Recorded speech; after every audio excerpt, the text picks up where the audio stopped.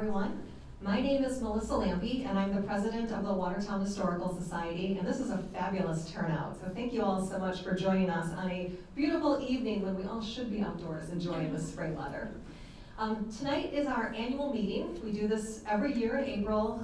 It's right before the opening of the Octagon House Museum, where we have a presentation, we talk about some museum business, and we hold elections to our board of directors.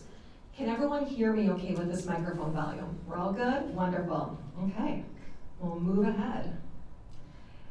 So to get started, I just wanted to highlight some 2025 events at the museum. Of course, tonight we're all here for our annual presentation.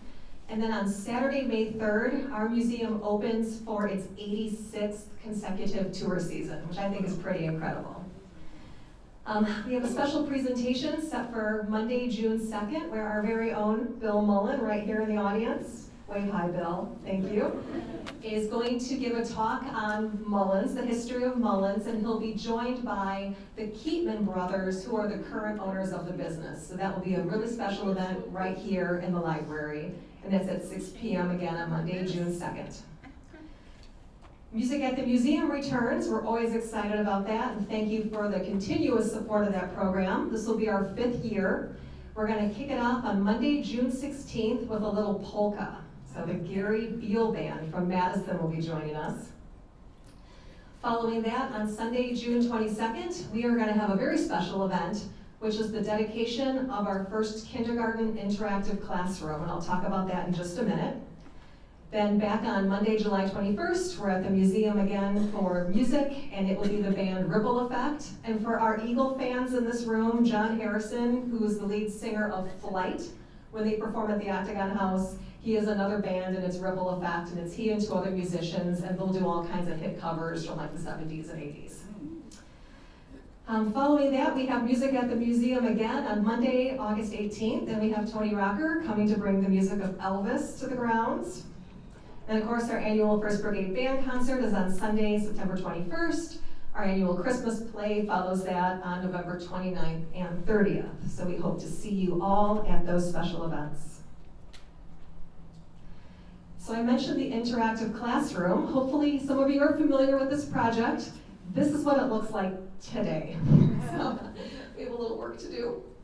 But we were so fortunate that a couple of years ago, Barton Benson, who is the benefactor of our town square, wanted to do something really special with the Historical Society, so he gave us a major gift. And we thought, what can we do? He didn't want to do maintenance on the buildings, even though that's what we always need money for. So we dreamt up this idea of creating a modern interactive classroom to really tell the story of a man named Friedrich Froebel. And Froebel, as you may know, is the German educator who invented the kindergarten as we know it today. And so, of course, Watertown is home to the first kindergarten in the United States. That's this little building right here, the white building on the right-hand side. That was built in 1856 and relocated to our museum grounds in 1956. And then you can see that little transitional hallway and the new building on the left. That is set to open in the coming weeks. And that's what we're going to have the ribbon cutting for on June 22nd. Okay, so some other special news that we have at the museum. You may all remember Linda Worth, our manager for more than 20 years. Linda has retired, and we are so fortunate and grateful to have Jody Newman join our team as our new museum manager. Jody, stand up for a second. Just say hello, I won't make you talk. Jody is a Watertown native. I've known her for years. Our kids go to the same school, and we actually bonded over antiques. So we both love old buildings and antiques, and when this position became open, I thought, I wonder what Jody's doing. And so I reached out to her and said, come talk to us, please. And she'd been to the Octagon House many times, and she has a lot of family in the area, and she actually has a lot of really cool family ties to our museum and artifacts that we have in our collections. So we are so happy to have her on board. So welcome, Jody.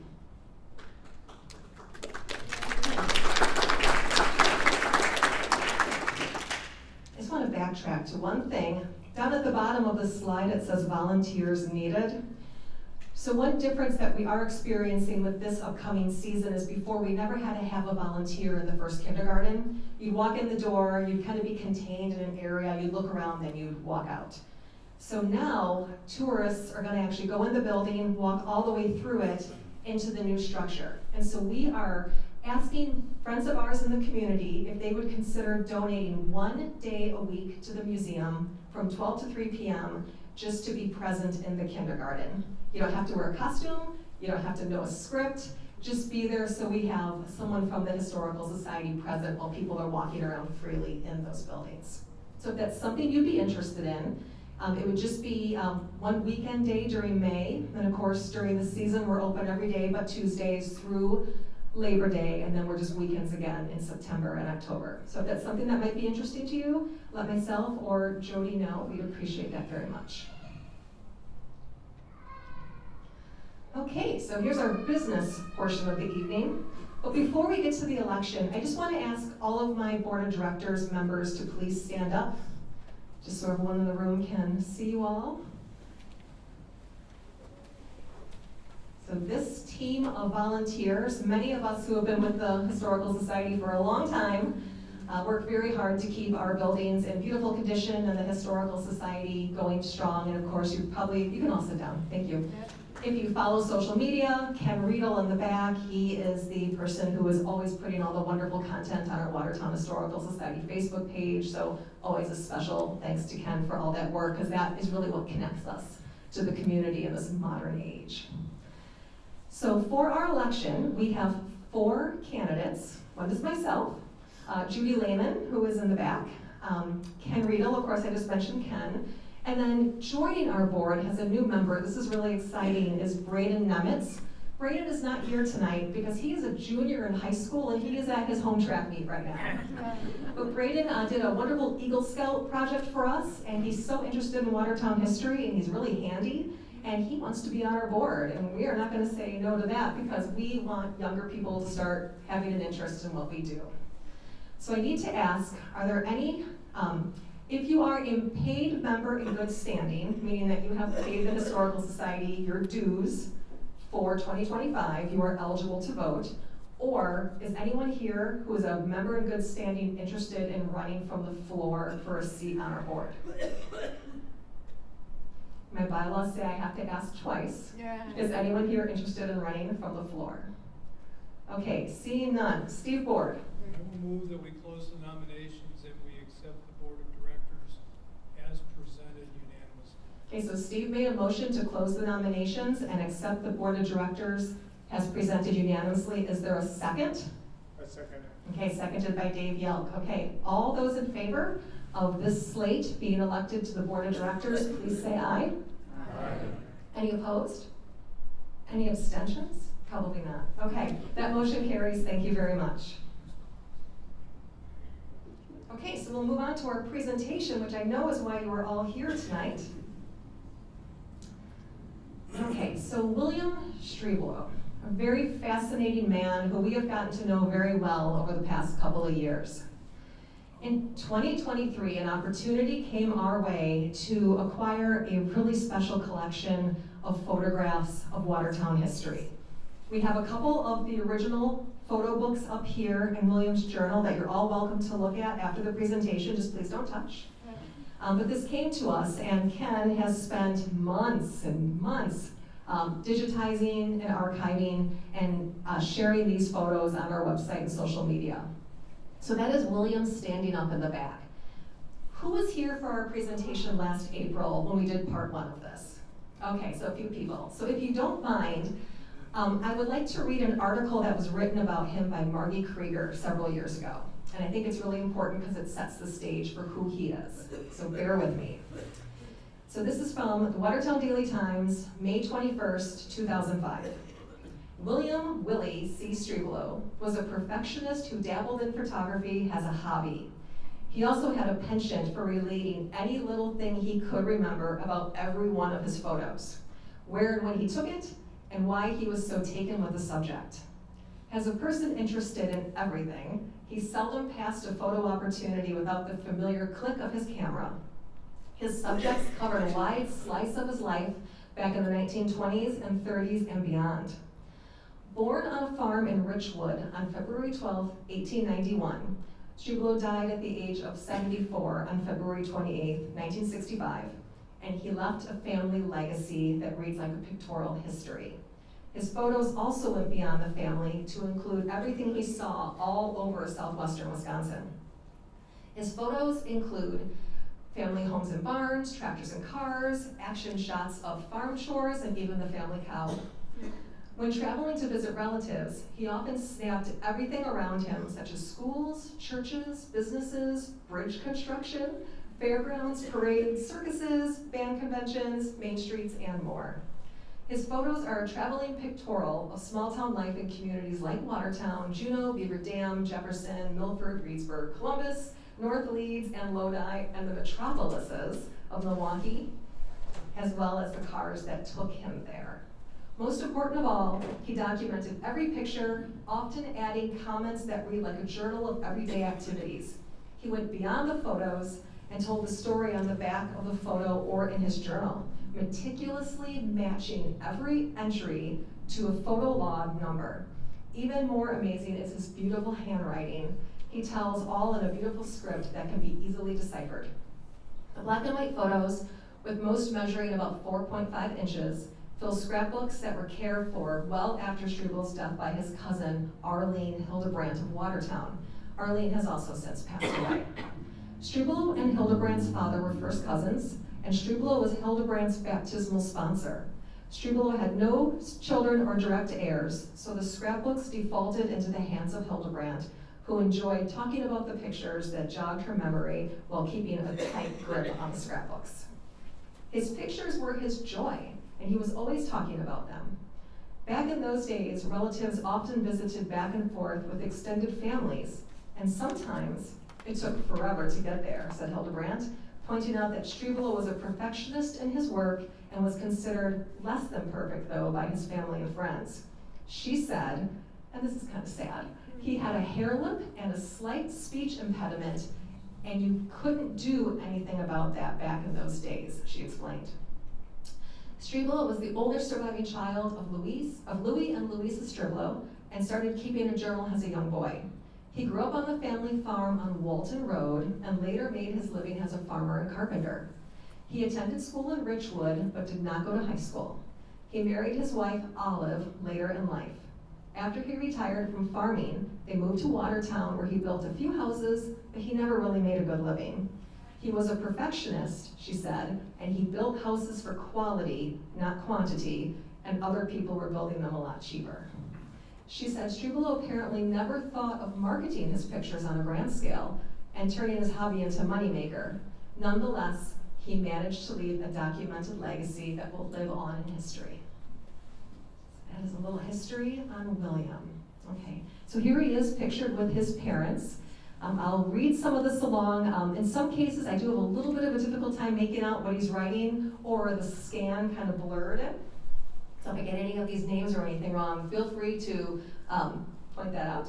And if you have anything you want to add about the pictures, if you have a memory to share or you're familiar with something, we're happy to hear it, but I'm going to bring you the microphone so the audio picks it up for the filming tonight. Okay, so my parents and myself, summer of 1917. This picture was taken by the Watertown Photo Co. Meyer. This is the first print I made, because he also took his photos and he developed them himself. He gave me the negative, a 5x7 size. Pa was 55 years, Ma was 55 years, and I was 26 years at the time this picture was taken. So this is the farm home that the family lived in out on Walton Road. And you can see where it says number 4A65. So that is his notation as to where the written entry is for this in his journal. So the pictures would have had a little sticker next to them with that indicator, but then you would have had to have gone to his other booklet, which is on the table here, to see his description of the photo. So this says, our new home just finished painting, June 13th, 1916. This is the first picture I took of our new house. There were no sidewalks yet, just after first complete painting. So this is a plat map that shows the Struebel property in relation to all the other property owners in Richwood at that time. so this is a picture that I took over the weekend because I was so curious where the house was, and I took a drive out there, but I didn't want to stop and be stalkerish in front of this person's house out on a country road, so my husband just slowed down real fast and I took the picture. Some of you may know who owns this house, I don't know. But there have been a lot of changes to it over the years from the time William lived there. It looks like it may have some modern siding on it. Some of the windows have been changed. Anyway, so as you can see, like in the front of on the left, there's a bay window that isn't original, and then on the right side of the house, someone had built an attached garage extension and put some fieldstone exterior on there. Not sure if all those barns were there at the time the first picture was taken, but he does have many photos of the barns in his collection. Right here you can see they have modern metal siding on them and a metal roof, which actually probably was preserved the barns all these years, which is a good thing. Yes. Could you go back to the picture before? Sure. Compare the houses. Yeah.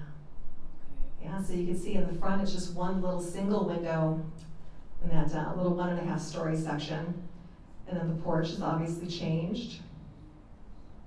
And then there's the modern view again. Thank you. Yeah, sure, okay. So some of the next photos that we're gonna look at focus on downtown Watertown. This is of the 118, 116 West Main Street buildings. Of course, today that's home to Oswald Kahn's Financial Group and Sassy Sweets Bakery that just opened. So one block down across the street. Okay, so this says, the Wisconsin National Bank Building, May 20th, 1927. Here they carried on their banking business until Monday, May 23rd, 1927. There's Peg. I was in the parking lot. Oh, oops. My car's up front. I don't know why I just assumed you would have known where my car. Thank you.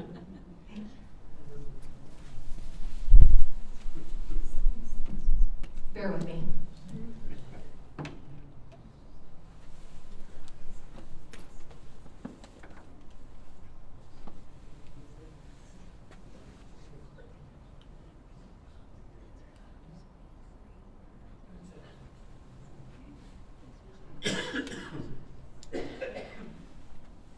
Okay, so here they carried on their banking business until Monday, May 23rd, 1927, when they moved to their new building at 100 West Main Street, a few doors east from here. Records from the Comptroller's office at Madison show the Wisconsin National Bank of Watertown was organized February 27, 1865, purchasing the interests of its predecessor, the Bank of Wisconsin. And then what else was on there is cut off. But what a beautiful picture. And I just want to point out a couple of details. Of course, the streetcar lines that we can see here. Poggle's Home Bakery, right here in this window. And of course, this building is the 116 West Main, where Sassy Sweets just opened. And then this building here, oh, I'm sorry, this is the 116. And this building here, actually, if you look at its storefront, it is very well preserved. It still has its original cast iron columns. If you look closely at the bottom of the columns, there's a stamp on there for Watertown Foundry that made them. It still has its original double doors that swing out and early windows. That's a really beautiful, well-preserved building. Of course, here's what it looks like today. So here is the 116 portion. And this is the 118 portion with the cast iron columns, and then that really nice original front door. Unfortunately, most storefronts in downtown Watertown have been altered over the years. A lot of that started in the 30s and then in the 60s. It's nice to see businesses and building owners trying to bring back their buildings. Sometimes the cost to renovate the storefront is very excessive. So I like that people are working hard to at least make them look as nice as they can. Here's another view of that block. A beautiful view, and this one encompasses the former Watertown Siding building on the corner, which is soon to open, has a new business called Rafa Bowls, which is kind of unique. It's a health food, and they'll have coffee, so be sure to check them out when they open in a couple of weeks. So here is the 116 and 118 West Main building that we just saw the storefront of. And when it talked about the bank moving, it moved to this building here. And this building was taken down in the 1980s. Bank First is on this site today. I'm sure a lot of you remember that building. Yeah. So one unique thing, you see these little finials, these tin urns at the top of the roof line? So 2 of those made their way to the Octagon House when that building was taken down. And they were put upstairs in our Plank Road barn and sat up there for years. They were not in good condition, but surprisingly, they were like almost like paper light. They're just tin. So during COVID, as my board members know, I tend to get wild ideas, wanting to do things. I've slowed down a little bit, which is good. But I'm like, we really need to get one of those out and restore it. And fortunately, there's a blacksmith shop in Watertown, if you guys knew that, down behind the street department, and they're very patient with me. So I brought them a twisted metal rusty urn, and this is what they did with it. Yes. So this you can see in person next to our History Center on the grounds of the Octagon House. So they did a beautiful restoration. This was in better shape of the 2. And when I started to mention about the other one, they just said no. But we still have it if someone else wants to give it a whirl. The other one needs a tremendous amount of work. But we're happy to have that. And we call that the Wiggenhorn urn because historically that building was the Wiggenhorn building. I'll show you again. There it is. There's where the urns are up top. Yep. Okay, so another beautiful building that has been restored downtown that William captured an early picture of is the building that is now Bank of, White Oak Builders. So this beautiful building was also a bank originally, and you can see in the historic picture the old City Hall standing behind it. City Hall was raised in the 1960s when the new current one was built on the old site of Memorial Park. So today it is parking from the back of this building all the way down to City Hall. And there's lots of talk about development projects, trying to build some residential on that parking lot and extend the river walk and develop that nicely for the city. So the caption here reads, Bank of Watertown and City Hall, Watertown, Wisconsin, May 30th, 1921. The Bank of Watertown is the oldest banking establishment in Watertown. It was established in AD 1854. This building is located on Main and North First Streets. The flag arrangement looked decidedly pretty. It's Decoration Day. And it looks like he's got his exposure. He has stop 32, exposure 1/2 seconds. Took it at 12:30 p.m. That is how detailed he was with his photography. Are there any questions about this? Or anything else we've seen so far? No? Oh, yes, Sue. Can you go back to where Raffia Bowles is gonna be on the corner? Because he had a question, Will was here last night with the Main Street program. That building used to be a 3-story building. You did, yes. And he didn't know the date, so this would be very helpful to him. Sure. Oh, is this the one that shows it, or? No, that one right there. Oops, hold on. So that shows it how it looks today. But it did have an extra story on it at one time, and we have pictures of that, I'm sure. And we can. That historical society picture. Yep. Thank you. Okay. So here is a scene. So he liked to photograph a lot of parades, and this is the 100 block of East Main Street. The Northwestern University Band on Main Street, Watertown, Wisconsin, May 30th, 1921. The Northwestern College Band always turns out on Decoration Day. They deliver fine music too. Of course, for those of you who may not know, Northwestern University is today Luther Preparatory Academy here in town, out on Western Avenue. So that view, as we see it in 1921, looks like this today.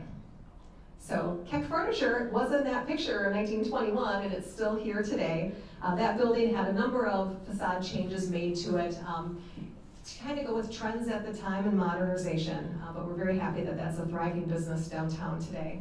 So I'll show you the before again. And you can see when Keck was first in there, they had these beautiful peaked gables on their building, and there was a beautiful fresco here with advertising for the building. And then they eventually took over this whole section and incorporated into the new modern facade that you see today. And then this might be the start of the building that is now Clara's Antiques. And of course, right here, this is Main Street Cafe. And the building next to it is also now owned by Main Street Cafe, but these two buildings had a terrible fire in the 1940s. But prior to the 1940s, probably it was in like the late 1920s, there was kind of like the late Art Deco period. It was popular to reface the buildings downtown with like a darker, rustier brick, and a lot of the ornamentation that you see on these buildings was starting to rot off. So at that time, it wasn't about preservation, it was about expediency and modernizing buildings. So these were really beautiful buildings at one time, but it's nice to see that they are looking really good today under the ownership of Main Street Cafe. And of course, there's the modern day picture. So this building, this block is long gone. This is today the site of BMO Harris Bank. So 2nd and Madison Streets, but a really neat picture nonetheless, and I'm glad we have it for history. So this says, on the corner of North 2nd and Madison Streets, Watertown, Wisconsin, December 23rd, 1929. The AM store on the corner, run by Marachowski, Cop and Corner Hardware on the north and east of the AM grocery store. And then this looks like it's probably August as a first name, K-I-E-C-K, which I did a Google search for that and I couldn't find much. Funeral parlor on the north end of this building. So again, this is gone for a bank, but once stood downtown, and of course, 1929, that was right before something pretty significant started to happen in our country. Any questions about this? Yes? I was going to say Marshallski's grocery store was on the corner, and then next to that was the first Piggly Wiggly Kroger's. Oh, was it? Yeah. Okay. Look at the street light up there. Yeah. Yeah, a lot of intersections you'll see in photos had some type of hanging lantern in the center, and I almost wonder, like, what was it illuminated with? Probably an arc light. Yes, possibly. Okay, another view of downtown. So this is Main Street and 5th Street looking west. So Main Street looking west from the intersection of 5th Street, Watertown, June 14th, 1927. This is funny, note the double streetcar tracks, making the turn south on 5th Street. They were a nuisance and are going to be removed soon. He did like to add a little color to his journal entries. But if you look at this view today, and I'll show that to you in a second, not a whole lot has changed. So all the same buildings are here. Many are, very similar to how they looked then. What I think is really unique is there's a dry cleaner here in the 1920s, and there is still a dry cleaner in that exact same spot today. So that is staying power. That's over 100 years of a dry cleaner being at that site. This is Uptown Bar and Grill today.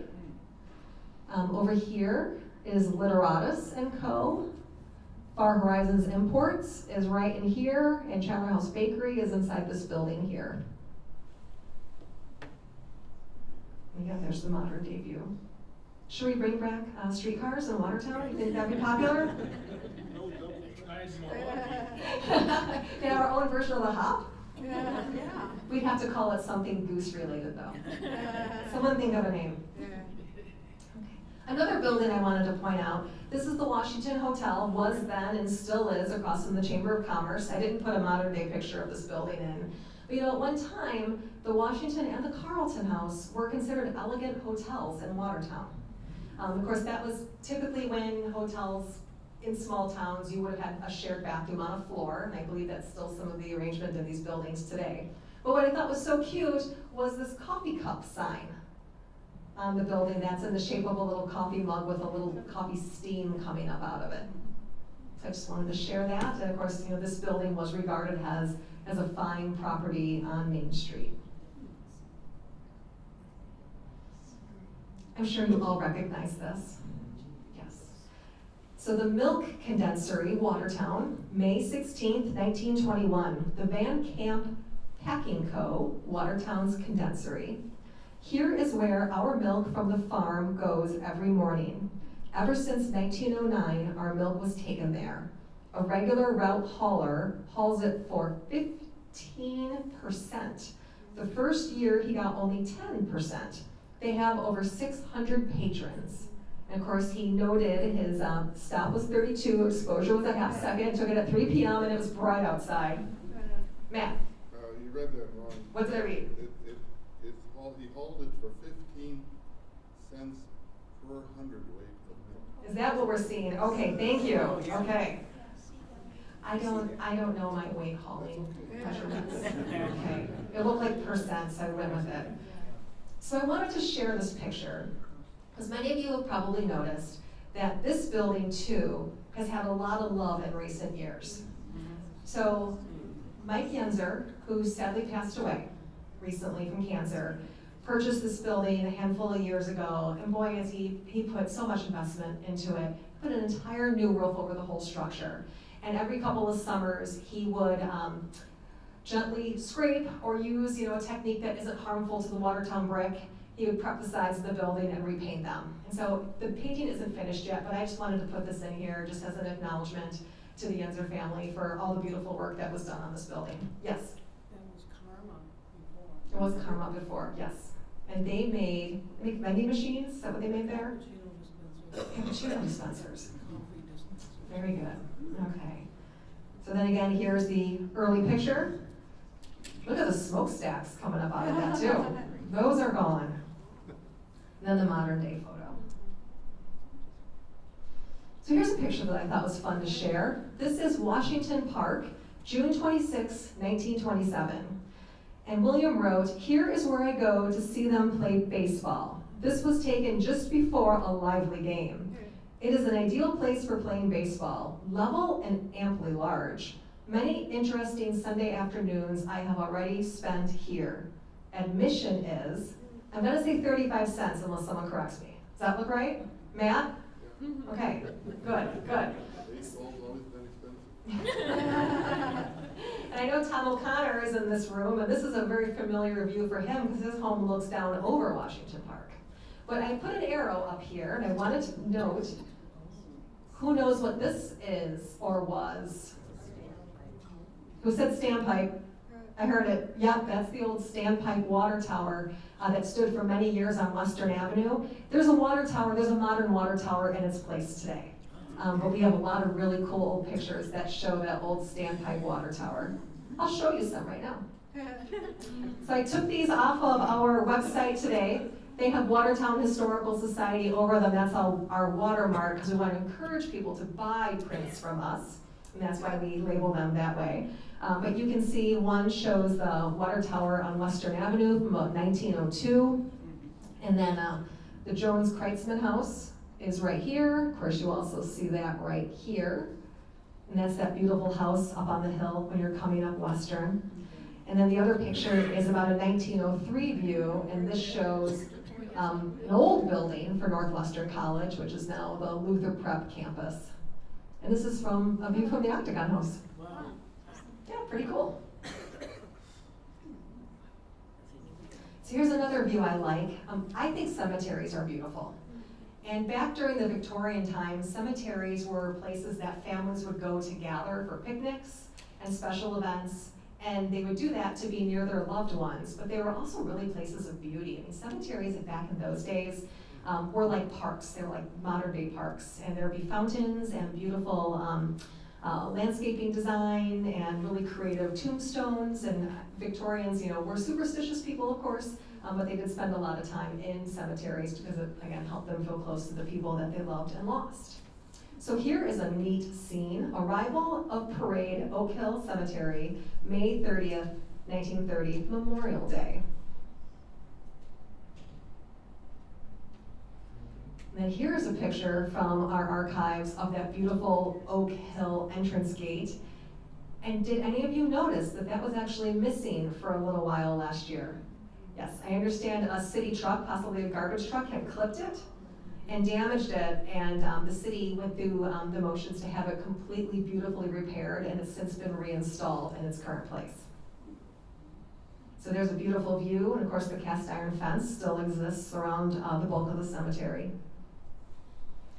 And here is a scene that William took part of the east half. This is Watertown's most popular cemetery and the largest. And you can actually see some people working on the grounds here, there and there. And then here's another view, part of the west half he wrote. Any questions? Okay, so I don't mean to bring up a touchy subject in the city. But I really like this photo, I just wanted to share it. This is not the Main Street Bridge, this is the Milwaukee Street Bridge. Prior to, so in early 1930s, because this is obviously the bridge being dismantled, was the first concrete span bridge that was placed over Milwaukee Street, and then that was replaced again in 2008. And the current version that you see today looks very similar, almost identical to how the 1930s bridge looked. But I think this is so neat because this trestle-style bridge was on North 2nd Street. I believe there was a version of it on 4th Street for a time. And you can really see how incredible that is and how long it was. And actually this bridge too had a footpath that ran alongside of it. But you can see the lumber, that was probably the planking for the roadbed, all being piled up and then dismantling work starting to begin. I know. Any questions? So here's a photo that I like, because I like antiques and I really like to look at the interior of houses, especially when I can see wallpaper and how people decorated their homes.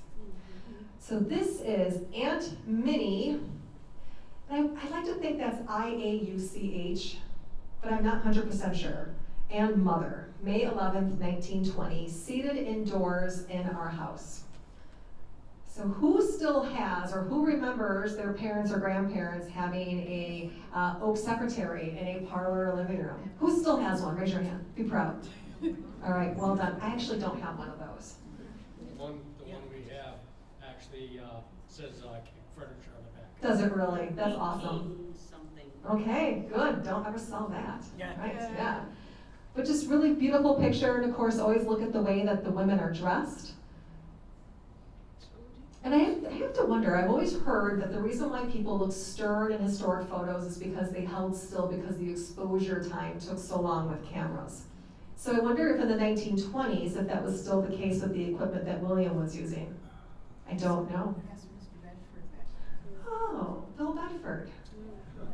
You might know. Did you hear what I just said about the exposure time and cameras in the 20s? Yeah, I think Kodak started coming out with some higher speed films, but I think originally it was a lot with the glass plates and stuff like that.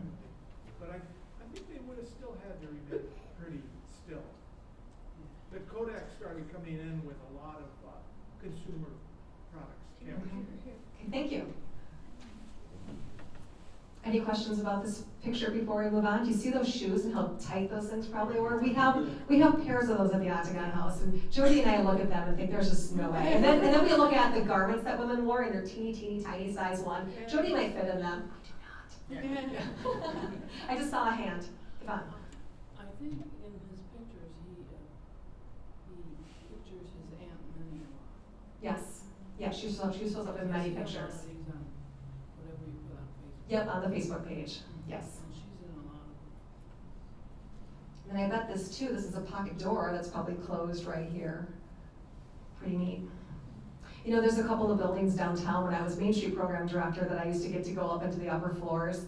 107 East Main in particular, it's like a time capsule up there, and there's so much Victorian wallpaper, like stuff from probably the 1880s and 1890s. I mean, it's in very poor condition, but I love that stuff. It's nice to see it. Okay, so here's a scene that's actually a little outside Watertown, but again, we have our cool trestle bridge right here. So this is in Milford. So as you're heading back to Watertown from Madison, you're coming up Highway A, and you're about to cross the Crawfish River. Note these buildings right here. So the caption reads, West Main Street, Milford, May 22nd, 1921. The bridge over the Crawfish River at Milford. The car to the extreme right in the picture is our old Overland. Just hasn't looked with the old mohair top on it. Note father standing on the bridge. And of course, this is the view in 1921, and this is what Google Maps says the view is today. And this building has been vacant since the horrible flooding in 2008, and then it flooded again in 2018, and it's been empty for a long time. So here's a picture that I thought I just wanted to share with all of you. So Bathing Beach, Devil's Lake, July 20-something, 1927, a very fine place for bathing. Clear water too, many people were in this day. It's fun watching them. And of course, look at the costumes that people were wearing at that time to be in the water in the 1920s. Frankly, I'd go back to those full covering bathing suits. I really would. Any questions? Okay, so we're getting toward the end. I thought this was a very important photo. Huth and Hoyer Druggists, 204 Main Street, Watertown, May 30th, 1927. Again, Decoration Day. Here is where I bought my first film camera, my 3 1/4 by 5 1/2 inch size, November 29th, 1926, for $34 with case, and mine 2 1/2 by 4 1/4 size, June 16th, 1928, for $17.50. Here too, I take all my rolls for developing and printing. And what a gift this place must be, and where he went, and thank goodness that it existed in Watertown. So today it is Hometown Pharmacy. Yeah. Hometown Pharmacy was 2 buildings originally. Here's what the divide would have been. And this would have been the 204 portion, because over here is a professional building that's technically 200 and 202 East Main Street. So this is the storefront that we just looked at in this picture.